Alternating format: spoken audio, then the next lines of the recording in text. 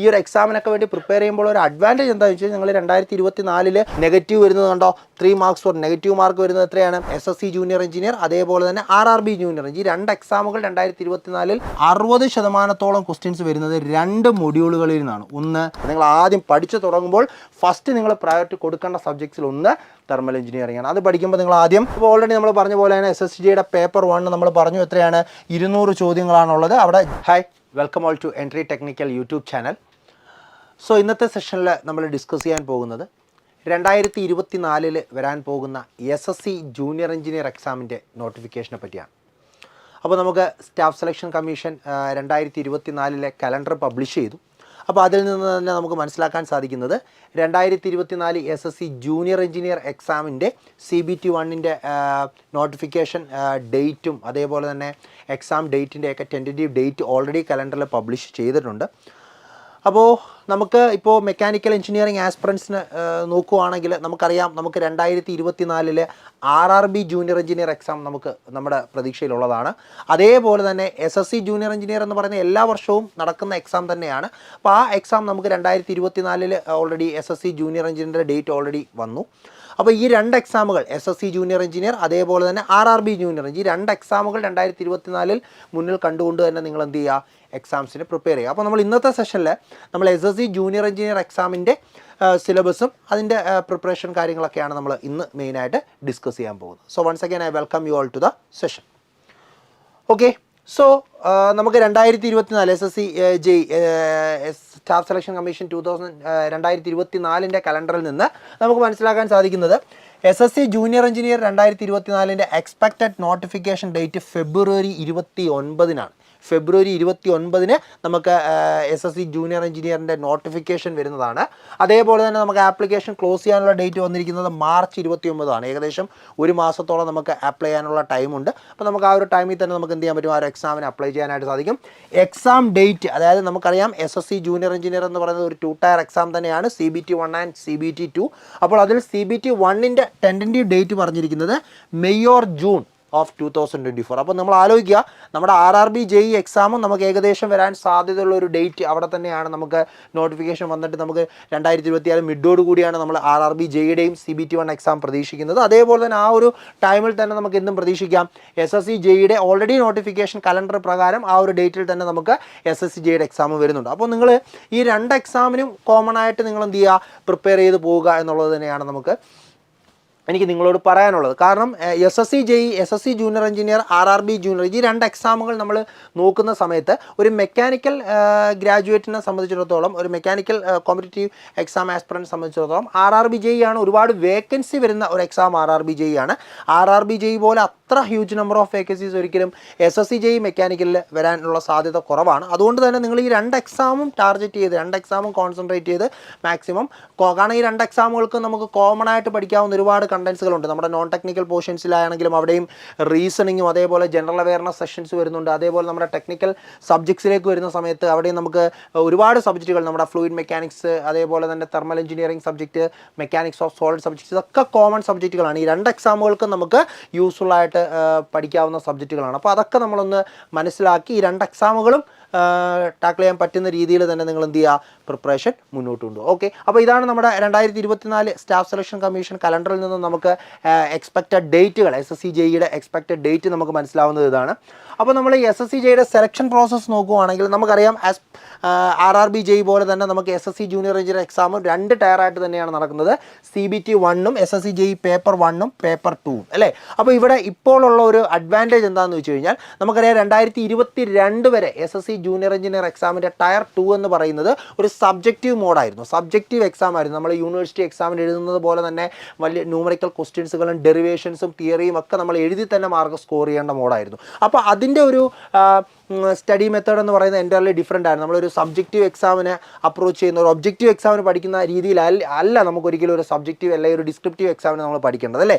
പക്ഷേ 2023 അതായത് ഈ വർഷം നടന്ന സ്റ്റാഫ് സെലക്ഷൻ കമ്മീഷനിൽ അവർ JEEയുടെ എക്സാമിൽ അവർ ആ പാറ്റേൺ ചേഞ്ച് കൊണ്ടുവന്നു. അതായത് ടയർ 2 CBT 2 എന്ന് പറയുന്നതും അവർ എന്തിലോട്ട് മാറ്റി, ഒബ്ജക്റ്റീവ് എക്സാമിലേക്ക് മാറ്റി. അതായത് ഈ ഒരു എക്സാമിന് പ്രിപ്പയർ ചെയ്യുന്നവർക്ക് അതൊരു അഡ്വാൻറ്റേജ് തന്നെയാണ്. കാരണം കംപ്ലീറ്റ്ലി ഒബ്ജക്റ്റീവിലേക്ക് മാറ്റുമ്പോൾ നമ്മൾ പഠിച്ചു പോകുന്ന ആ ഒരു മെത്തേഡിൽ തന്നെ നിങ്ങൾക്ക് എന്ത് ചെയ്യാൻ പറ്റും, SSCJയുടെ ടയർ 2 എക്സാമിനും പ്രിപ്പയർ ചെയ്യാൻ പറ്റും. സബ്ജക്റ്റീവ് എന്ന് പറയുന്ന ആ ഒരു മോഡ് അവർ കംപ്ലീറ്റ്ലി എലിമിനേറ്റ് ചെയ്തവരെന്താക്കി, ഒബ്ജക്റ്റീവ് ഒക്കെ. അതുകൊണ്ട് തന്നെ ഈ ഒരു എക്സാംസിന്, അതായത് ഒബ്ജക്റ്റീവ് ടൈപ്പ് നമ്മുടെ കോമ്പറ്റീറ്റീവ് എക്സാംസിന് പ്രിപ്പയർ ചെയ്യുന്ന ഉദ്യോഗാർത്ഥികൾക്ക് അതൊരു അഡ്വാൻറ്റേജ് തന്നെയാണ്. അപ്പോൾ ആ ഒരു അഡ്വാൻറ്റേജ് നമ്മൾ എന്ത് ചെയ്യുക, മാക്സിമം നമുക്ക് യൂസ് ആവുന്ന രീതിയിൽ കൺവേർട്ട് ചെയ്യാൻ നോക്കുക. ഓക്കെ, അപ്പോൾ നമുക്ക് SSCJ പേപ്പർ 1 എന്ന് പറയുമ്പോൾ നമുക്കറിയാം 200 മാർക്സ് ആണ് വരുന്നത്. പക്ഷേ ഇവിടെയുള്ള പ്രത്യേകത എന്താണെന്ന് വെച്ച് കഴിഞ്ഞാൽ ഇവിടെ technical, tech plus non tech. നമ്മുടെ RRBJക്ക് എന്തായിരുന്നു, CBT 1ന് നമുക്ക് നോൺ ടെക് സബ്ജക്റ്റ് മാത്രമേ ഉള്ളായിരുന്നു. പക്ഷേ SSCJയിലേക്ക് വരുമ്പോൾ അവിടെ ടെക്നിക്കലും നോൺ ടെക്നിക്കലും രണ്ടും വരുന്നുണ്ട് അല്ലേ. രണ്ടും നമുക്ക് എന്ത് ചെയ്യണം, CBT 1ന് പഠിക്കണം. അപ്പം 200 മാർക്കാണ്, അതായത് 200 ചോദ്യങ്ങളാണുള്ളത് നമ്മുടെ. പക്ഷേ 2 മണിക്കൂർ എക്സാം, അതായത് 120 മിനിറ്റ്, 2 മണിക്കൂറും 200 ചോദ്യങ്ങളും. അതായത് ഒരു ചോദ്യം ചെയ്യാനായിട്ട് നമുക്ക് ഏകദേശം 1 മിനിറ്റ് ഇല്ലല്ലേ, ഏകദേശം ഒരു 40 to 45 മിനിറ്റ്സ് ആണ് നമുക്ക്, 40 to 45 സെക്കൻഡ്സ് ആണ് നമുക്ക് എന്ത് ചെയ്യുന്നത്, ഒരു ക്വസ്റ്റ്യന് തന്നെ ഉള്ളത്. അപ്പോൾ അത്രയും SSCJയുടെ ടയർ 1ൻ്റെ ക്വസ്റ്റ്യൻ്റെ ലെവൽ വളരെ ഈസി ക്വസ്റ്റ്യൻസ് ആയിരിക്കും. നിങ്ങൾക്ക് ടെക്നിക്കൽ സബ്ജക്ട്സ് നോക്കുവാണെങ്കിൽ തന്നെ ഡയറക്റ്റ് തിയറി ക്വസ്റ്റ്യൻസുകളെ ടയർ 1ൽ ചോദിക്കുള്ളൂ. പക്ഷേ ടയർ 2ന് കുറച്ചും കൂടെ എന്ത് ചെയ്യുക, കൺസെപ്ച്വൽ അല്ലെങ്കിൽ ന്യൂമറിക്കൽ ലെവലുള്ള ക്വസ്റ്റ്യൻസുകൾ SSCJയുടെ ടയർ 2 എക്സാമിനാണ് ചോദിക്കുന്നത്. അപ്പോൾ ടയർ 1 പ്രിപ്പയർ ചെയ്യുന്ന സമയത്ത് നമ്മളൊരു തിയറട്ടിക്കൽ പോയിന്റ് ഓഫ് വ്യൂ തന്നെ പോയാൽ മതി. ടെക്നിക്കൽ സബ്ജക്റ്റിൻ്റെ കേസിൽ തിയറട്ടിക്കൽ പോയിന്റ് ഓഫ് വ്യൂവിൽ തന്നെ പോയാൽ മതി. അധികം ന്യൂമറിക്കൽ ക്വസ്റ്റ്യൻസ് ചോദിക്കാം. വളരെ ലിമിറ്റഡ് ആയിട്ടുള്ള ഒരു മാക്സിമം ഒരു 10 ക്വസ്റ്റ്യൻസ് ഒക്കെ ന്യൂമറിക്കൽ വരാം. എങ്കിൽ തന്നെയും അതൊക്കെ ഡയറക്റ്റ് സബ്സ്റ്റിറ്റ്യൂഷൻ ക്വസ്റ്റ്യൻസുകളെ CBT 1ൽ വരുള്ളൂ SSCJയുടെ കേസിൽ. പക്ഷേ CBT 2ൽ നമുക്ക് നല്ല കൺസെപ്ച്വൽ ലെവൽ ന്യൂമറിക്കൽ ക്വസ്റ്റ്യൻസുകൾ, നമുക്ക് ടൈം എടുക്കുന്ന ക്വസ്റ്റ്യൻസുകളൊക്കെ നമുക്ക് CBT 2ൽ നമുക്ക് പ്രതീക്ഷിക്കാം. ഓക്കെ, അപ്പോൾ ഇവിടെ നമുക്ക് 200 ചോദ്യങ്ങളാണുള്ളത്. ഓരോ ചോദ്യത്തിനും 1 മാർക്കാണ്. പിന്നെ നമുക്ക് നെഗറ്റീവ് മാർക്കുണ്ട്. എത്രയാണ്, 1/4 ആണ് നമുക്ക് നെഗറ്റീവ് വരുന്നത്. അതായത് ഒരു ചോദ്യത്തിൻ്റെ 1/4 നമുക്ക് എന്താ റോങ് ആൻസർ ആയിട്ട് നെഗറ്റീവ് മാർക്കായിട്ട് പോകും. അപ്പോൾ 200 മാർക്ക് 120 മിനിറ്റ്. ഇനി ടയർ 2ലേക്ക് വരുമ്പോൾ അവിടെ നമുക്ക് ടോട്ടൽ മാർക്സ് 300 ആണ്. ടൈം കറക്റ്റ് തന്നെയാണ്, 120 മിനിറ്റ്സ്. അവർ 2 മണിക്കൂറുണ്ട്. പക്ഷേ 100 ചോദ്യമാണ്, മൊത്തം 100 ക്വസ്റ്റ്യൻസ് ആണ്. ഒരു ക്വസ്റ്റ്യന് 3 മാർക്കാണ് വരുന്നത് കണ്ടോ. ഒരു ക്വസ്റ്റ്യന് 3 മാർക്ക്. നെഗറ്റീവ് വരുന്നത് കണ്ടോ, 3 മാർക്സ് ഫോർ നെഗറ്റീവ് മാർക്ക് വരുന്നത് എത്രയാണ്, അവിടെയും വരുന്നത് 1/3 ആണ് എന്ത് ചെയ്യുന്നത്, നെഗറ്റീവ് മാർക്ക് വരുന്നത്. ഓക്കെ, അപ്പോൾ അത് ക്ലിയർ ചെയ്യുക. അപ്പോൾ നമുക്ക് മൊത്തം 100 ചോദ്യങ്ങൾ 300 മാർക്കാണ് CBT 2ന്.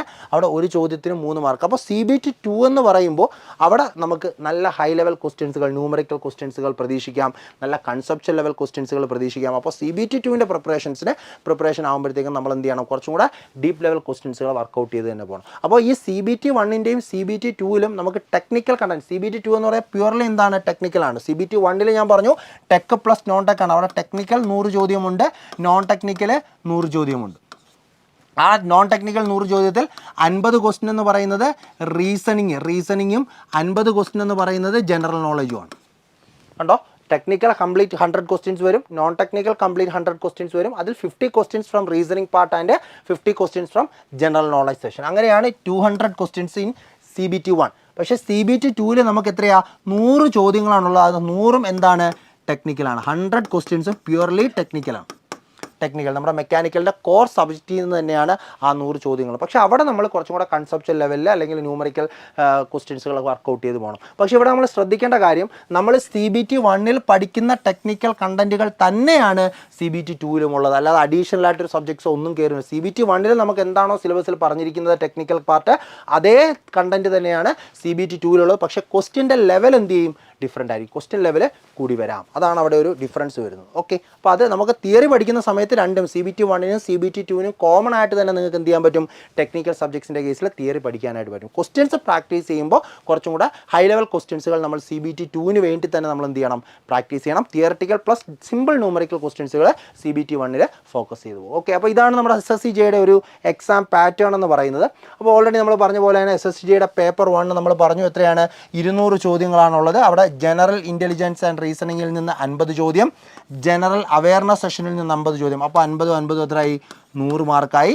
അതേപോലെ തന്നെ നമ്മുടെ technical section, general engineering, mechanical എഞ്ചിനീയറിംഗിൽ നിന്ന് 100 മാർക്ക്. അങ്ങനെ 200 ചോദ്യങ്ങളാണ് നമുക്കുള്ളത്. 2 മണിക്കൂറാണുള്ളത്. ഓക്കെ, ഓക്കെ ആണല്ലോ. ഇതാണ് നമ്മുടെ SSC JEE പേപ്പർ 1ൻ്റെ പാറ്റേൺ. ഇനി നമ്മൾ പേപ്പർ 2ലേക്ക് പോകുമ്പോൾ ഞാൻ പറഞ്ഞു ഓൾറെഡി എന്താ, നമുക്ക് പ്യുവർലി ടെക്നിക്കൽ കണ്ടന്റ് മാത്രമേ ഉള്ളൂ. Number of questions 100 total marks എത്രയാണ്, 300 മാർക്കാണ്. ഒരു ചോദ്യത്തിന് 3 മാർക്ക് എന്നുള്ള രീതിയിലാണ് നമുക്ക് SSC JEEയുടെ പേപ്പർ 2ൻ്റെ പാറ്റേൺ പോകുന്നത്. പഠിക്കേണ്ട കണ്ടന്റ് ടെക്നിക്കൽ രണ്ട് പേപ്പർ 1ലും പേപ്പർ 2ലും ടെക്നിക്കൽ കണ്ടന്റ് എന്താണ്, സെയിം തന്നെയാണ്, പക്ഷേ ക്വസ്റ്റ്യൻ ലെവൽ ഡിഫറെൻ്റ് ആണ്. ഓക്കെ, അപ്പോൾ നമുക്ക് അങ്ങനെയാണെങ്കിൽ പേപ്പർ 1 നമ്മൾ ഓൾറെഡി പറയാം. പേപ്പർ 1 നമുക്കറിയാം non technical part general intelligence and reasoning plus general knowledge ആണ്. അത് മോസ്റ്റ്ലി നമ്മുടെ RRB JEE എക്സാമിന് നമ്മൾ പഠിക്കുന്ന അതേ കണ്ടന്റ് തന്നെയാണ് SSC JEE എക്സാമിൻ്റെ നോൺ ടെക്നിക്കൽ സെഷനിൽ വരുന്നത്. പക്ഷേ RRB JEE ആകുമ്പോൾ നമുക്കറിയാം ഇൻ അഡീഷൻ ടു ദാറ്റ് നമുക്ക് ജനറൽ സയൻസ് പഠിക്കണം. അതേപോലെ തന്നെ നമുക്ക് ക്വാണ്ടിറ്റേറ്റീവ് ആപ്റ്റിറ്റ്യൂഡ് മാത്തമാറ്റിക്സ് സെഷൻസ് ഒക്കെ നമുക്ക് RRB JEEയിൽ ഇൻ അഡീഷൻ ഉണ്ട് അല്ലേ, SSC JEE വെച്ച് നോക്കുമ്പോൾ. ബാക്കി ആപ്റ്റിറ്റ്യൂഡ് റീസണിങ്ങും അതേപോലെ തന്നെ ജനറൽ നോളജും രണ്ടിടത്തും കോമൺ തന്നെയാണ്. ഇനി SSC JEEയുടെ ടെക്നിക്കൽ പാർട്ടിലേക്ക് വരുമ്പോൾ അത് CBT 1 ആയിക്കോട്ടെ CBT 2 ആയിക്കോട്ടെ, നമുക്ക് പ്രധാനമായിട്ടും നമ്മൾ ഡീൽ ചെയ്യുന്നത് ഇവിടെ നിങ്ങൾ ശ്രദ്ധിക്കേണ്ട കാര്യം, നമ്മൾ ഈ SSC JEEയുടെ പേപ്പർ 1 ഒക്കെ എടുക്കുമ്പോൾ ഏതൊരു വർഷത്തെ SSC JEEയുടെ പേപ്പർ 1 എടുത്ത് കമ്പയർ ചെയ്താലും 60%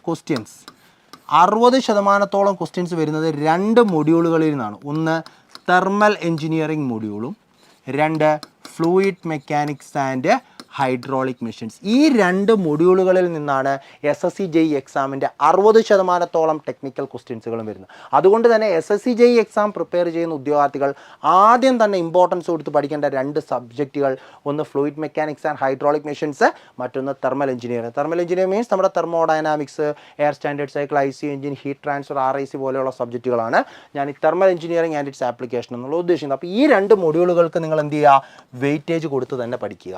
ഇതാണ് SSC JEEയുടെ main mark scoring area. Okay, അപ്പോൾ ഇത് കൂടാതെ നമുക്ക് വേറെ കുറച്ച് സബ്ജക്ട്സുകളുണ്ട്. അപ്പോൾ അത് ഏതൊക്കെയാണെന്ന് നമുക്ക് നോക്കാം. അപ്പോൾ SSC JEEയുടെ പേപ്പർ 2ൽ നോക്കാം. നമുക്ക് ആദ്യം theory of machines and machine design. ഈ മൊഡ്യൂൾ ഇവിടെ നിന്നൊക്കെ വളരെ കുറച്ച് ക്വസ്റ്റ്യൻസുകളാണ് നോർമലി ചോദിച്ച് കാണാറുള്ളത്. അപ്പോൾ ഇവിടെ നമ്മൾ കൺസെപ്റ്റ് ഓഫ് സിമ്പിൾ മെഷീൻ, നമ്മുടെ mechanism, simple machine mechanism, 4 bar mechanism, അതേപോലെ single slider crank chain, double slider crank chain, അതിൻ്റെ ഇൻവേർഷൻസ്, അങ്ങനെയൊക്കെയുള്ള സിമ്പിൾ ക്വസ്റ്റ്യൻസുകളാണ് അവിടെ നിന്ന് നിങ്ങൾ കണക്ട് ചെയ്ത് പഠിക്കേണ്ടത്. അതേപോലെ ഫ്ലൈ വീൽ വളരെ ഇമ്പോർട്ടൻ്റ് ആണ്. ഫ്ലൈ വീലിൽ തന്നെ നമ്മൾ കുറേ ടേമുകൾ പഠിക്കുന്നുണ്ടല്ലോ, coefficient of fluctuation of energy, coefficient of fluctuation of speed, അതിൻ്റെയൊക്കെ ഡെഫിനിഷൻസ്, അത് വെച്ചുള്ള സിമ്പിൾ പ്രോബ്ലംസുകളൊക്കെ നോക്കുക. ദെൻ അതേപോലെ പവർ ട്രാൻസ്മിഷൻ നമുക്കറിയാം. അവിടെ പ്രധാനമായിട്ട് നമ്മൾ യൂസ് ചെയ്യുന്നത് ബെൽറ്റ് ഡ്രൈവുകൾ യൂസ് ചെയ്യുന്നുണ്ട് അല്ലേ, ബെൽറ്റ് ഡ്രൈവുകൾ. പിന്നെ ഗിയർ ഡ്രൈവ്, ഇവിടെ പ്രധാനമായിട്ട് നിങ്ങൾ നോക്കേണ്ട ഗിയർ ഡ്രൈവ് ഇമ്പോർട്ടൻ്റ് ആണ്. ഗിയർ ഡ്രൈവ് അതിൻ്റെ നോമൻക്ലേച്ചർ നോക്കുക, ഡിഫറെൻറ്റ് ടൈപ്സ് ഓഫ് ഗിയറുകൾ ഏതൊക്കെയാണ്, spur gear, helical gear, bevel gear, വേം ഗിയർ, അതിൻ്റെയൊക്കെ ആപ്ലിക്കേഷൻസ്, അങ്ങനെയുള്ള കാര്യങ്ങൾ നോക്കുക. ക്ലച്ചസ് പോർഷൻ കിടപ്പുണ്ട്. അപ്പോൾ ഇത്രയും കാര്യങ്ങളാണ് നമുക്ക് theory of machine and machine ഡിസൈനിൽ നിന്ന് പ്രധാനമായിട്ടും സിലബസിൽ പറയുന്നത്. അപ്പോൾ ഇത് തന്നെ നിങ്ങൾ CBT 1 ഇതിൻ്റെ ബേസിക് ലെവലിൽ നിന്ന് നോക്കുക.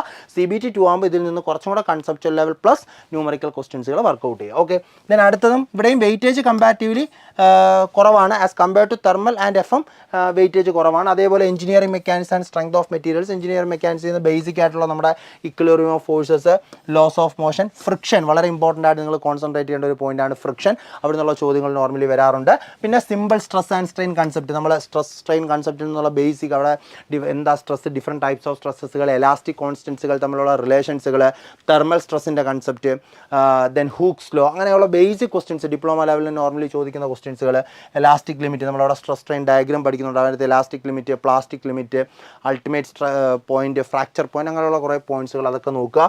എലാസ്റ്റിക് കോൺസ്റ്റൻസ് വളരെ ഇമ്പോർട്ടൻ്റ് ആണ്. ഞാൻ ഓൾറെഡി പറഞ്ഞു, നമ്മൾ modulus of elasticity, modulus of rigidity, bulk modulus, Poisson's ratio, ഇതിനെയൊക്കെ റിലേറ്റ് ചെയ്ത് കുറേ ഇക്വേഷൻസ് പറയുന്നുണ്ട്, അതൊക്കെ നോട്ട് ചെയ്യണം. പിന്നെ ഏതൊരു കോമ്പറ്റേറ്റീവ് എക്സാമിന് നമുക്ക് മോസിൽ നിന്ന് സ്ഥിരം ക്വസ്റ്റ്യൻസുകൾ വരുന്ന ഒരു ഏരിയ ആണ് ഏതാണ്, shear force and bending moment diagram. യാതൊരു കാരണവശാലും സ്കിപ്പ് ചെയ്യരുത്, ഇമ്പോർട്ടൻ്റ് ആയിട്ട് നോക്കേണ്ട ഒരു കൺസെപ്റ്റാണ്.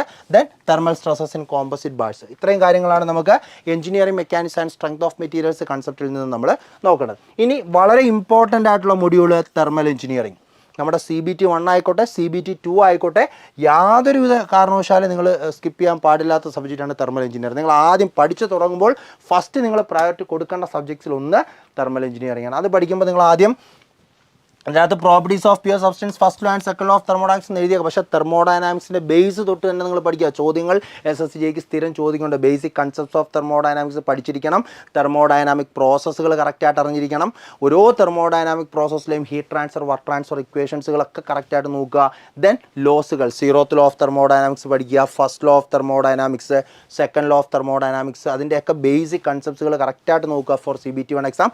CBT 2 ആകുമ്പോൾ അതിനെയൊക്കെ ബേസ് ചെയ്തുള്ള പ്രോബ്ലംസ്, നമ്മളെ സെക്കൻഡ് ലോ അതേപോലെ റെഫ്രിജറേറ്റർ, ഹീറ്റ് പമ്പിന് ബേസ് ചെയ്ത പ്രോബ്ലം ആയിക്കോട്ടെ, ഫസ്റ്റ് ലോ ഓഫ് തെർമോഡൈനാമിക്സിലെ ഓപ്പൺ സിസ്റ്റത്തിന് കറസ്പോണ്ടിങ് അല്ലെങ്കിൽ close system, steady flow energy equation open സിസ്റ്റത്തിന് കറസ്പോണ്ടിങ് പ്രോബ്ലംസുകളൊക്കെ നിങ്ങൾ CBT2 എക്സാമിന് വേണ്ടിയിട്ട് പ്രിപ്പയർ ചെയ്തിരിക്കണം. ദെൻ അതിനുശേഷം നിങ്ങൾ air standard cycles for IC engine, നമ്മുടെ ഇൻറ്റേർണൽ കമ്പഷൻ എഞ്ചിൻ്റെ ബേസിക് കൺസെപ്റ്റ്സുകളും കാര്യങ്ങളും എല്ലാം നോക്കുക. അതേപോലെ എയർ സ്റ്റാൻഡേർഡ് സൈക്കിൾസ് ചോദ്യങ്ങൾ ഒരുപാട് വന്നിട്ടുണ്ട്. Carnot cycle, auto cycle, diesel cycle, dual combustion cycle, അങ്ങനെയുള്ള സൈക്കിൾസുകൾ, അതിലെ തെർമോഡൈനാമിക് പ്രോസസ്സുകൾ, അതിൻ്റെ തെർമൽ എഫിഷ്യൻസിയുടെ ഇക്വേഷനുമായി ബന്ധപ്പെട്ടുകൊണ്ടുള്ള കൺസെപ്റ്റ്സുകളെല്ലാം തന്നെ നിങ്ങൾ എന്ത് ചെയ്യുക, നോക്കുക. ദെൻ നമ്മുടെ റാങ്കൈൻ സൈക്കിൾ, ഇവിടെ പ്രോപ്പർട്ടീസ് ഓഫ് പ്യുവർ സബ്സ്റ്റൻസ് പിന്നെയാണ് നിങ്ങൾ പഠിക്കുന്നത്. നമ്മുടെ സ്റ്റീം എഞ്ചിനീയറിംഗിലേക്ക് വരുന്നതിന് മുന്നേ നിങ്ങൾ പ്രോപ്പർട്ടീസ് ഓഫ് പ്യുവർ സബ്സ്റ്റൻസിൻ്റെ കൺസെപ്റ്റ് പഠിച്ചിരിക്കണം. അവിടെ വെച്ചിട്ട് ഫേസ് ഡയഗ്രത്തിൻ്റെ ചേഞ്ചും കാര്യങ്ങളും ഒക്കെ നോക്കണം. എന്നിട്ട് വേണം നിങ്ങൾ എന്ത് ചെയ്യാൻ, സ്റ്റീം ടർബൈൻ വർക്ക് ചെയ്യുന്ന തെർമോഡൈനാമിക് സൈക്കിളാണ് നമുക്കറിയാം റാങ്കൈൻ സൈക്കിൾ. അതിൻ്റെ ഡീറ്റെയിൽ ആയിട്ട് തന്നെ ഇവിടെ, അതിൻ്റെ മോഡിഫിക്കേഷൻസിലോട്ടൊന്നും പോകേണ്ട കാര്യങ്ങളില്ല. ഡിപ്ലോമ ലെവലിൽ നിങ്ങൾ ജസ്റ്റ് റാങ്കൈൻ സൈക്കിൾ, അതിലെ തെർമോഡൈനാമിക് പ്രോസസ്സുകൾ, തെർമൽ എഫിഷ്യൻസിയുടെ എക്സ്പ്രഷൻസ്, അങ്ങനെയുള്ള കാര്യങ്ങളൊക്കെ റാങ്കൈൻ സൈക്കിളുമായി ബന്ധപ്പെട്ട് നോക്കുക. ദെൻ ചോദ്യങ്ങൾ CBT1 ഒരുപാട് ചോദ്യങ്ങൾ കണ്ടുവരുന്ന ഒരു ഏരിയയാണ് ബോയിലർ എന്ന് പറയുന്നത്. നമ്മുടെ സ്റ്റീം പവർ പ്ലാന്റിനകത്ത് one of the most important component ആണ് ബോയിലർ. ബോയിലറിൻ്റെ ക്ലാസിഫിക്കേഷൻ ഇസ് ഇമ്പോർട്ടൻ്റ് ആയിട്ട് തന്നെ പഠിക്കുക. എക്സാമ്പിൾസുകൾ ഇതിൽ നിന്നൊക്കെയുള്ള ചോദ്യങ്ങൾ സ്ഥിരം വരാറുണ്ട്. അതേപോലെ ബോയിലർ ആക്സസറികൾ ക്വസ്റ്റ്യൻസുകൾ സ്ഥിരം വരാറുള്ളതാണ്. അതിനെപ്പറ്റിയുള്ള ബോയിലർ ആക്സസറിയുടെ കേസിൽ അതിൻ്റെ ഓരോന്നിൻ്റെയും ഫംഗ്ഷൻസുകൾ കാര്യങ്ങളൊക്കെ ചോദിക്കാറുണ്ട്. അപ്പോൾ അത് ഇമ്പോർട്ടൻ്റ് ആയിട്ട് തന്നെ നോക്കിയിരിക്കും. ഓക്കെ, ദെൻ നമ്മുടെ ഫ്ലൂയിഡ് മെക്കാനിക്സ്. അപ്പോൾ തെർമൽ എഞ്ചിനീയറിംഗ് വളരെ ഇമ്പോർട്ടൻ്റ് ആണ്. ഹൈ വെയിറ്റേജ് ഉള്ള സബ്ജക്റ്റാണ്. ഇത്രയും കണ്ടൻറ്റുകൾ ഇതിൽ നിന്നുള്ള മാക്സിമം ക്വസ്റ്റ്യൻസുകളും വർക്കൗട്ട് ചെയ്ത് തന്നെ പോകണം. SSC JEE എക്സാമുമായിട്ട് കമ്പയർ ചെയ്യുമ്പോൾ ഈ ഒരു സബ്ജക്റ്റിന് വെയിറ്റേജ് കൂടുതലാണ്. ഇതിന് ഇതേപോലെ വെയിറ്റേജ് ഉള്ള മറ്റൊരു സബ്ജക്റ്റാണ് ഫ്ലൂയിഡ് മെക്കാനിക്സ് ആൻഡ് മെഷീനറി. നമ്മൾ SSC JEE ഒക്കെ CBT1 ക്വസ്റ്റ്യൻ പേപ്പർ എടുത്ത് നോക്കിക്കഴിഞ്ഞാൽ ഏകദേശം ഒരു 30 ചോദ്യത്തോളം 30 ക്വസ്റ്റ്യൻ, ആ 100 ഒരു 25 to 25 to 30 ക്വസ്റ്റ്യൻസ് ഈ ഒറ്റ സബ്ജക്റ്റിൽ നിന്ന് തന്നെ നമുക്ക് കാണാൻ സാധിക്കും. Fluid mechanics and hydraulic. ഈ ഒരു സബ്ജക്റ്റിൻ്റെ പ്രത്യേകത ഞാൻ ഓൾറെഡി പറയുന്നുണ്ട്. കേരള PSC ആയിക്കോട്ടെ, RRB JEE ആയിക്കോട്ടെ, SSC JEE ആയിക്കോട്ടെ, ഈ എക്സാമുകൾക്കെല്ലാം fluid mechanics and hydraulic machines എന്ന് പറയുന്ന സബ്ജക്റ്റ് വളരെ ഇമ്പോർട്ടൻ്റ് ആണ്. അപ്പോൾ നിങ്ങൾ ആസ് എ ഫ്രഷർ പഠിച്ചു തുടങ്ങാൻ പോകുന്ന ഒരു ഉദ്യോഗാർത്ഥിയാകുമ്പോൾ നിങ്ങൾ ആദ്യം തന്നെ പഠിക്കേണ്ട സബ്ജക്റ്റുകളാണ് ഇതൊക്കെ. Thermal engineering, fluid mechanics and hydraulic machine, ഇതിനൊക്കെ ഇമ്പോർട്ടൻസ് കൊടുത്ത് തന്നെ ആദ്യം തന്നെ പഠിച്ച് മാറ്റേണ്ട സബ്ജക്ട്സുകളാണ്. അപ്പോൾ ഇവിടെ പഠിക്കുന്ന സമയത്ത് നമുക്കറിയാം properties and classification of fluid സിലബസിൽ തന്നെ എടുത്ത് പറയുന്നുണ്ട്. ഒരുപാട് പ്രോപ്പർട്ടീസ് നമ്മൾ പഠിക്കുന്നുണ്ട്. അതേപോലെ ഫ്ലൂയിഡിൻ്റെ ക്ലാസിഫിക്കേഷൻ, അത് real fluid, ideal fluid, Newton, non Newton ഒക്കെ പഠിക്കുന്നുണ്ട്. അതൊക്കെ ഇമ്പോർട്ടൻ്റ് ആയിട്ട് പഠിക്കണം. Fluid statics, then pressure and its measurement, അവിടെ വളരെ ഇമ്പോർട്ടൻ്റ് ആയിട്ടുള്ള കുറേ കൺസെപ്റ്റുകൾ, Pascal's law, hydrostatic law, pressure measuring ഡിവൈസസുകൾ കാര്യങ്ങളൊക്കെ നോക്കണം. ദെൻ ഫ്ലൂയിഡ് കൈനമാറ്റിക്സ്, ഇവിടെ പ്രധാനമായിട്ട് നിങ്ങൾ different types of fluid flowing, continuity ഇക്വേഷൻ്റെ കൺസെപ്റ്റും അതിൻ്റെ ആപ്ലിക്കേഷൻ ക്വസ്റ്റ്യൻസുകളുമാണ് ഡിപ്ലോമ ലെവൽ എക്സാമിന് കൂടുതലും ചോദിച്ച് കാണാറുള്ളത്. അതുകൊണ്ട് അത് നോക്കിയിരിക്കുക. ദെൻ ഫ്ലൂയിഡ് ഡൈനാമിക്സിനകത്ത് നമുക്ക് എല്ലാവർക്കും അറിയാം ബെർണോളിസ് ഇക്വേഷനും അതിൻ്റെ കൺസെപ്റ്റും, പിന്നെ ബെർണോളിസ് ഇക്വേഷൻ്റെ ബേസിസിൽ വർക്ക് ചെയ്യുന്ന ഡിവൈസുകൾ, നമ്മുടെ വെഞ്ചുറി മീറ്റർ ആയിക്കോട്ടെ, ഒറിഫൈസ് മീറ്റർ ആയിക്കോട്ടെ, പിറ്റോ ട്യൂബ് ആയിക്കോട്ടെ, അതിൻ്റെ കൺസെപ്റ്റുകൾ നോക്കിയിരിക്കണം. പിന്നെ നമ്മുടെ ഹൈഡ്രോളിക് കോഎഫിഷ്യൻസുകൾ അല്ലേ, coefficient of discharge, coefficient of contraction, coefficient of velocity, ഈ ഹൈഡ്രോളിക് കോഎഫിഷ്യൻസുകൾ തമ്മിലുള്ള റിലേഷൻസുകൾ, അങ്ങനെ അതിനെ ബേസ് ചെയ്തുള്ള സിമ്പിൾ പ്രോബ്ലംസുകളൊക്കെ അവിടെ നിന്ന് നോക്കിയിരിക്കണം. Then measurement of flow rate, നമുക്കറിയാം ഡിസ്ചാർജ് മെഷർ ചെയ്യാനുള്ള ഇൻസ്ട്രുമെൻറ്റുകളാണ് ഇതെല്ലാം. ഇതിൻ്റെ കൺസെപ്റ്റ്സുകളെല്ലാം നോക്കണം. ദെൻ ഹൈഡ്രോളിക് ടർബൈനും പമ്പും പറയുന്നുണ്ട്. അപ്പോൾ ടർബൈനും പമ്പും വളരെ ഇമ്പോർട്ടൻ്റ് ആണ്. അത് diploma level exam SSC JEE അവിടുന്ന് ചോദ്യങ്ങൾ മോസ്റ്റ്ലി വരുന്നത് ക്ലാസിഫിക്കേഷൻ, അതിൻ്റെ എഫിഷ്യൻസിയെ ബേസ് ചെയ്തുള്ള ക്വസ്റ്റ്യൻസുകളൊക്കെയാണ്. അതേപോലെ പമ്പിൻ്റെ കേസിൽ നമുക്കറിയാം റെസിപ്രോക്കേറ്റിംഗ് പമ്പും സെൻട്രിഫ്യൂഗൽ പമ്പും പഠിക്കാനുണ്ട്. പക്ഷേ ഇവിടെ സിലബസിൽ എടുത്ത് സെൻട്രിഫ്യൂഗൽ പമ്പ് എന്നാണ് പറഞ്ഞിരിക്കുന്നത്. എങ്കിലും റെസിപ്രോക്കേറ്റിംഗ് പമ്പിൻ്റെ ബേസിക് ആയിട്ടുള്ള ഡിസ്ചാർജിൻ്റെ ഇക്വേഷനും സ്ലിപ്പിൻ്റെ കൺസെപ്റ്റ്, അങ്ങനെയുള്ള കാര്യങ്ങൾ, എയർ വെസലിൻ്റെ കൺസെപ്റ്റ്, അതൊക്കെ SSC JEE ക്വസ്റ്റ്യൻസുകൾ കണ്ടിട്ടുണ്ട്. അപ്പോൾ അതുകൊണ്ട് തന്നെ ജസ്റ്റ് റെസിപ്രോക്കേറ്റിംഗ് പമ്പ് ഒന്ന് വായിച്ച് പോകുന്നത് നല്ലത് തന്നെയാണ്. സെൻട്രിഫ്യൂഗൽ പമ്പ് നിങ്ങൾ എന്ത് ചെയ്യുക, ഇമ്പോർട്ടൻസ് കൊടുത്ത് തന്നെ പഠിക്കുക. അപ്പോൾ ഇത്രയും കണ്ടന്റുകളാണ് നമ്മൾ fluid mechanics and hydraulic machines സബ്ജക്റ്റിൽ നിന്ന് മെയിനായിട്ട് നമ്മൾ എന്ത് ചെയ്യേണ്ടത്, നോക്കേണ്ടത്. അപ്പോൾ വളരെ ഇമ്പോർട്ടൻ്റ് ആണ്. അപ്പോൾ നമ്മൾ ഈ പറയുന്ന നിങ്ങൾ SSC JEE എക്സാമിന് പ്രിപ്പയർ ചെയ്ത് തുടങ്ങുമ്പോൾ ആദ്യം നിങ്ങൾ ടെക്നിക്കൽ സബ്ജക്ട്സുകൾ പഠിച്ചു തുടങ്ങുമ്പോൾ നിങ്ങൾ ഞാൻ ഈ പറഞ്ഞ പോലെ FM and HM fluid mechanics and hydraulic മെഷീൻസും തെർമൽ എഞ്ചിനീയറിംഗ്, ഈ രണ്ട് സബ്ജക്ട്സുകൾ നിങ്ങൾ എന്ത് ചെയ്യുക, പ്രിപ്പയർ ചെയ്ത് തുടങ്ങുക ടെക്നിക്കൽ സൈഡിൽ നിന്ന്. കാരണം ഈ രണ്ട് സബ്ജക്ട്സുകൾ പ്രിപ്പയർ ചെയ്ത് തുടങ്ങുമ്പോൾ അഡ്വാൻറ്റേജ് എന്താണെന്ന് വെച്ച് കഴിഞ്ഞാൽ ഈ FM and HM എന്ന് പറയുന്ന സബ്ജക്റ്റ് നമുക്ക് RRB JEE എക്സാമിന് യൂസ്ഫുൾ തന്നെയാണ്. അതേപോലെ തെർമൽ എഞ്ചിനീയറിംഗിൽ thermodynamics, IC engine, air standard cycle, ഇത് നമുക്ക് എവിടെ യൂസ്ഫുൾ ആണ്, RRB JEE എക്സാം. അപ്പോൾ ഇത്രയും കണ്ടന്റ് പഠിക്കുമ്പോൾ നമുക്ക് ഈ രണ്ട് എക്സാമുകൾക്കും അതെന്താവും, യൂസ്ഫുള്ളായി മാറും. അപ്പോൾ ടെക്നിക്കലി സ്റ്റാർട്ട് ചെയ്യുമ്പോൾ ഇതിൽ നിന്ന് തന്നെ മാക്സിമം സ്റ്റാർട്ട് ചെയ്യാനായിട്ട് ശ്രമിക്കുക. കാരണം ഈ ഒരു കണ്ടന്റ്, ഈ ഒരു സബ്ജക്ട്സ് ഇല്ലാത്ത മോസ്റ്റ് മെക്കാനിക്കൽ റിലേറ്റഡ് ആയിട്ടുള്ള ക്വസ്റ്റ്യൻ പേപ്പറുകൾ വളരെ ചുരുക്കമാണ്. അപ്പോൾ ഈ ഒരു കണ്ടന്റ് നമ്മൾ എപ്പോഴും സ്ട്രോങ് ആണെങ്കിൽ നിങ്ങൾക്ക് എപ്പോഴും ഒരു ഏതൊരു മെക്കാനിക്കൽ കോമ്പറ്റേറ്റീവ് എക്സാംസ് എഴുതാൻ പോലും അവിടെ ഒരു 40% മാർക്ക് നിങ്ങൾക്ക് ഷുവറാണ്. അതുകൊണ്ട് ഇവിടെ നിന്ന് തന്നെ നിങ്ങൾ ആസ് എ ഫ്രഷർ ആണെങ്കിൽ നിങ്ങൾ ഇവിടെ നിന്ന് തന്നെ പഠിച്ച് തുടങ്ങാനായിട്ട് ശ്രമിക്കുക. കൺസെപ്റ്റ് ഓറിയൻറ്റഡ് ആയിട്ടുള്ള സബ്ജക്റ്റാണ്, വളരെ ഇൻട്രസ്റ്റിംഗ് ആയിട്ട് തന്നെ നിങ്ങൾക്ക് പഠിച്ച് മാറാവുന്നതേ ഉള്ളൂ. വെയിറ്റേജ് നമ്മുടെ എക്സാമുകൾക്ക് അത് കൂടുതലാണ്. ഓക്കെ, ദെൻ നമ്മൾ പ്രൊഡക്ഷൻ എഞ്ചിനീയറിംഗിലേക്ക് പോകുമ്പോൾ നമ്മുടെ RRB-JEE എക്സാമിന് ഞാൻ നിങ്ങളോട് ഓൾറെഡി പറഞ്ഞു പ്രൊഡക്ഷൻ എഞ്ചിനീയറിംഗ് കുറച്ച് വെയിറ്റേജ് ഉള്ളതാണ് RRB-JEEക്ക്. കാരണം അവിടെ നമുക്ക് മെഷീനിങ്, ഗ്രൈൻഡിങ്, മെഷീൻ ടൂളൊക്കെ നമുക്ക് എടുത്ത് പറയുന്നുണ്ട്. പക്ഷേ നമ്മുടെ SSC-JEE എക്സാമിന് പ്രൊഡക്ഷൻ എഞ്ചിനീയറിംഗ് സബ്ജക്റ്റിന് വെയിറ്റേജ് വളരെ കുറവാണ്. കാരണം അവിടെ വളരെ ചെറിയ 2-3 കണ്ടൻറ്റേ പറയുന്നുള്ളൂ. സ്റ്റീലിൻ്റെ ക്ലാസിഫിക്കേഷൻ, വെൽഡിങ്, അതുപോലെ മെഷീൻ ടൂൾസ് എന്നുള്ള ജസ്റ്റ് അവിടെ CBT-1 പ്രൊഡക്ഷൻ എഞ്ചിനീയറിംഗ് എന്നുള്ള ചോദ്യങ്ങൾ വളരെ കുറവാണ്. CBT-2 കുറച്ചും കൂടെ ചോദിക്കാറുണ്ട്. അപ്പോൾ അതുകൊണ്ട് തന്നെ SSC-JEE എക്സാമിനെ കമ്പയർ ചെയ്ത് വെച്ച് നോക്കുമ്പോൾ നമുക്ക് പ്രൊഡക്ഷൻ എഞ്ചിനീയറിൻ്റെ വെയിറ്റേജ് കുറവാണ്. ഈ ഒരു കണ്ടൻറ്റ് മാത്രം നമ്മൾ ബേസിക്കായിട്ട് നോക്കിയാൽ മതി. പക്ഷേ RRB-JEEക്ക് നിങ്ങളത് ഹൈ വെയിറ്റേജ് തന്നെ പ്രൊഡക്ഷൻ എഞ്ചിനീയറിംഗ് പഠിക്കണം. സിലബസിൽ ഞാൻ ഓൾറെഡി RRB-JEEയുടെ ഡിസ്കഷനിൽ ഓൾറെഡി പറഞ്ഞിട്ടുണ്ട്. സിലബസിനകത്ത് പ്രൊഡക്ഷൻ എഞ്ചിനീയറിംഗിൽ ഏതൊക്കെ സബ്ജക്റ്റ് ഏതൊക്കെ കണ്ടൻറ്റിനാണ് വെയിറ്റ് ചെയ്യുന്നുള്ളത് സിലബസിൽ തന്നെ പറയുന്നുണ്ട്. അപ്പോൾ അത് ഇമ്പോർട്ടൻ്റ് ആണ്. കാരണം കഴിഞ്ഞ RRB-JEEയുടെ എക്സാമിനും പ്രൊഡക്ഷൻ എഞ്ചിനീയറിംഗിൽ നിന്ന് നല്ല രീതിയിൽ ചോദ്യങ്ങളുണ്ടായിരുന്നു. അപ്പോൾ അത് മനസ്സിലാക്കി തന്നെ മുന്നോട്ട് പോകും. ഓക്കെ, അപ്പോൾ ഇതാണ് നമ്മുടെ ടയർ 2 എക്സാമിൻ്റെ സിലബസ്. ടയർ 2 എന്നല്ല, നമ്മുടെ ടെക്നിക്കൽ സബ്ജക്റ്റ്. അത് CBT-1 ചോദിക്കുന്ന 100 ചോദ്യങ്ങളായിക്കോട്ടെ, CBT-2 ചോദിക്കുന്ന 100 ചോദ്യങ്ങൾ ഓരോ 3 മാർക്കിന് കറസ്പോണ്ടിങ് ആയിട്ടുള്ള അവിടെ എല്ലാം ഉള്ള കണ്ടൻറ്റ് സെയിം തന്നെയാണ്. ക്വസ്റ്റ്യൻ്റെ ലെവലാണ് അവിടെ എന്ത് ചെയ്യുന്നത്, മാറി വരുന്നത്. അപ്പോൾ അത് മനസ്സിലാക്കി തന്നെ നിങ്ങൾ പഠിച്ച് മുന്നോട്ട് പോകും. ഓക്കെ, ഇനി അടുത്ത് നമുക്ക് നോക്കേണ്ടത് ഈ SSC-JEE എക്സാമിൻ്റെ CBT-1, നമുക്കറിയാം CBT-1 കട്ട് ഓഫ് ക്ലിയർ ചെയ്താൽ മാത്രമേ നമുക്ക് എന്ത് ചെയ്യാൻ പറ്റുള്ളൂ, CBT-2 എഴുതാനായിട്ട് സാധിക്കുള്ളൂ. അപ്പോൾ നമുക്ക് കഴിഞ്ഞ റീസെൻ്റായിട്ട് നടന്ന SSC-JEE എക്സാമുകളൊക്കെ നമ്മളൊന്ന് നോക്കുവാണെങ്കിൽ SSC-JEE ടയർ 1 കട്ട് ഓഫ് ഏകദേശം 2020-21 SSC-JEE മെക്കാനിക്കലിൻ്റെ നോക്കുവാണെങ്കിൽ ജനറൽ കണ്ടോ 141. നമുക്കറിയാം 200 മാർക്കാണ് ടയർ 1. 200 മാർക്കിൽ നമുക്കറിയാം 100 ടെക്നിക്കലും 100 നോൺ ടെക്നിക്കലും അല്ലേ, 100 ടെക്നിക്കലും 100 നോൺ ടെക്നിക്കലുമാണ്. അപ്പോൾ അതിൽ 141 മാർക്കായിരുന്നു എന്ത്, tier 1 cut off for general category. OBC ആയപ്പോൾ 131, EWS 151, 123, 115, 99, 63 കേട്ടോ. അപ്പോൾ ജനറൽ കാറ്റഗറി കണ്ടോ 141, 200-ൽ 141 മാർക്കായിരുന്നു കട്ട് ഓഫ്. അപ്പോൾ അത്ര ഹൈ കട്ട് ഓഫാണ് നോർമലി SSC-JEE എക്സാമുകൾക്ക് വരുന്നത്. അപ്പോൾ അതെന്തുകൊണ്ടാണെന്ന് വെച്ച് കഴിഞ്ഞാൽ അത്രയും വളരെ സിമ്പിളായിട്ടുള്ള ക്വസ്റ്റ്യൻസുകളാണ്. ടെക്നിക്കലൊക്കെ നമ്മൾ പഠിച്ചിട്ട് പോയാൽ ഈസി ആയിട്ട് നമുക്ക് സ്കോർ ചെയ്യാവുന്ന, വായിച്ച ആൻസറിലോട്ട് പോകാൻ പറ്റുന്ന വളരെ സിമ്പിൾ ക്വസ്റ്റ്യൻസുകളാണ് ടയർ 1 ചോദിക്കാറുള്ളത്. അതുകൊണ്ട് തന്നെയാണ് കട്ട് ഓഫ് അത്രയും കൂടാറുള്ളത്. പിന്നെ കമ്പാരിറ്റീവ്ലി ബാക്കിയുള്ള സ്ട്രീം വെച്ച് നോക്കുമ്പോൾ നമുക്ക് വേക്കൻസി അവിടെ കുറവാണ്. ആ ഒരു റീസൺ കൊണ്ട് നമുക്ക് കട്ട് ഓഫ് ഹൈ ആയിട്ട് നിൽക്കുന്നു എന്ന് പറയാം. ഓക്കെ, ഇനി നമ്മൾ 2022 കട്ട് ഓഫ് നോക്കുകയാണെങ്കിൽ നിങ്ങൾ നോക്കിയാൽ ജനറൽ കാറ്റഗറി ഉണ്ടോ 123 വന്നു, 123 ആയിരുന്നു. അപ്പോൾ അവിടെ ക്വസ്റ്റ്യൻ മേ ബി കുറച്ചും കൂടെ ടഫായി വന്ന് കാണാം. അതുകൊണ്ടായിരിക്കും കട്ട് ഓഫ് കുറച്ചും കൂടെ. അവിടെ നമുക്കറിയാം ഇലക്ട്രിക്കൽ മെക്കാനിക്കലിന് കോമൺ ആയിട്ടാണ് കട്ട് ഓഫ് വരാറുള്ളത്. അപ്പോൾ അതുകൊണ്ട് തന്നെ 121. OBC ആയപ്പോഴും അതേ റേഞ്ചിൽ തന്നെ നിന്നു. EWS 110, SC 103, ST 95 കട്ട് ഓഫുള്ളൂ. അപ്പോൾ നമുക്ക് ജനറലിൻ്റെ കട്ട് ഓഫ് 2022 വന്നത് എത്രയാണ്, 123.